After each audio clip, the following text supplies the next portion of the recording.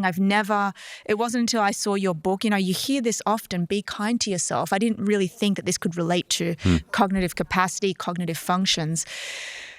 Can you convince me on why this is all amazing and not just BS? There are several parts to that we can kind of go through. So first of all, it's worth mentioning, so dementia, as your listeners will know, is the loss of cognitive function to the point where you get a clinical diagnosis because you are unable to sort of look after yourself on a day-to-day basis. That's sort of like the basic. And that represents, because people get still confused, like, oh, my grandmother died of dementia, or was it Alzheimer's? It's like, well, let's confirm what dementia is. So dementia is an umbrella term for that significant loss of cognitive function. And so there are many different types of dementia. And Alzheimer's disease is the most common form. The next most common form is vascular dementia. Alzheimer's makes up something like 50, 60, 70% of dementia cases, vascular dementia sort of 10, 20%, maybe a little bit more. And there's actually a huge amount of overlap. So most individuals who have Alzheimer's disease also have some evidence of vascular disease in their brains. So between the two of them, they make up the vast majority of dementia, somewhere between 70 and 90%. And it's those dementias that are generally considered to be preventable at a population level, and not all of them, but somewhere around, some estimates say 45%, others say maybe as much as 70%. But potentially the majority of those dementias and all dementia cases are preventable through manipulation of diet, lifestyle, and the environment.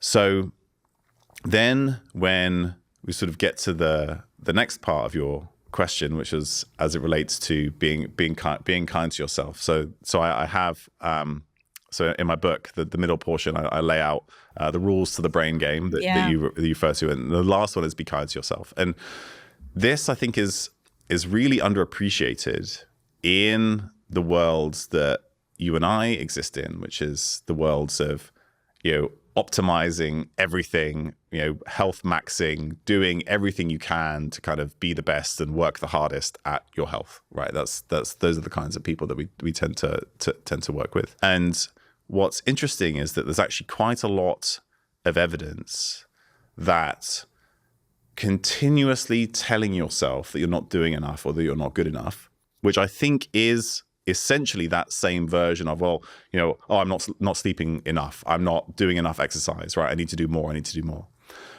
There are a few studies that show that thinking like that, thinking that you're not doing enough, is actually associated with worse long-term health and worse cognitive function, in fact.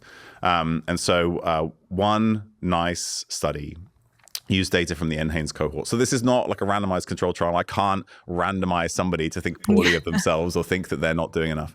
But what they did is they asked people, how much exercise do you think you do compared to people like you? And there was like about as much or less or more. And what they found was that those who said that they thought they did less exercise than people like them had worse cognitive outcomes, and this is two separate studies, but they essentially use the same methodology, worse cognitive outcomes and a higher risk of overall mortality, regardless of how much exercise they actually did. So they adjusted for actual activity because they had them wear like activity monitors, and they adjusted for socioeconomic status, physical health, all these other things. So the idea is that constantly thinking, I'm doing less than other people, I'm not doing enough, then can have a negative impact on our health. And this relates to some really interesting work that's done by George Slavich and Steve Cole and their group at UCLA, where they look at social stress. And chronic social stress, we know, creates a sort of a chronic inflammatory sympathetic activation kind of picture that can negatively impact our health. And it's evolutionary. It's an evolutionary adaptation. So when we're socially isolated out, in the world, right, we've been lost from our tribe and we're sort of stumbling through the wilderness by ourselves. Your immune system and your nervous system shift so that you're actually slightly more alert. You have better wound healing because you've sort of, activated some of these clotting factors and some of these other inflammatory factors, so you'll actually heal wounds faster. But if that's stimulated for long periods of time, that then contributes to something we might call our allostatic load, chronic inflammation, which we know is associated with increased long-term risk of cognitive decline and dementia. So how this then ties to this be kind to yourself picture, to kind of sort of wrap it all together, is that when you think you're not doing enough, or you think you're doing less than other people, right? You're constantly seeing social media, listening to podcasts, thinking, oh, you know what? I need to do 4 hours of zone 2, and then I need to do resistance training, and then I need to do my sprint, and then I need to sleep for 9 hours tonight, right?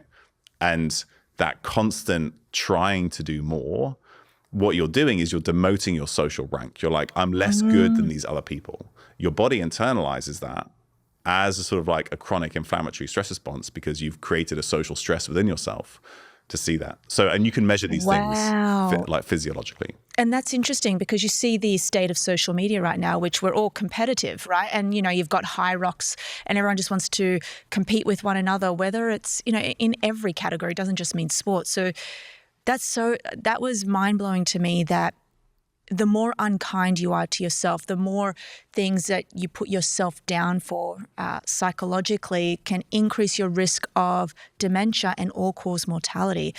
Does that mean, is that where manifestation and, journaling and positive attitudes come into play then? Again, there isn't like a really good study that says... So these were observational. These are observational, yes. Plus you have to think about some of the mechanisms. And we know that high allostatic load and these chronic stresses contribute to the risk of long-term cognitive decline. And we know that we're activating these same physiological processes when we have these thought processes. So we kind of have to put the pieces together, but it certainly makes sense from this kind of bigger picture of how we're thinking about where we exist in the world and what we're doing for our health. That just made me think that the type A high achievers,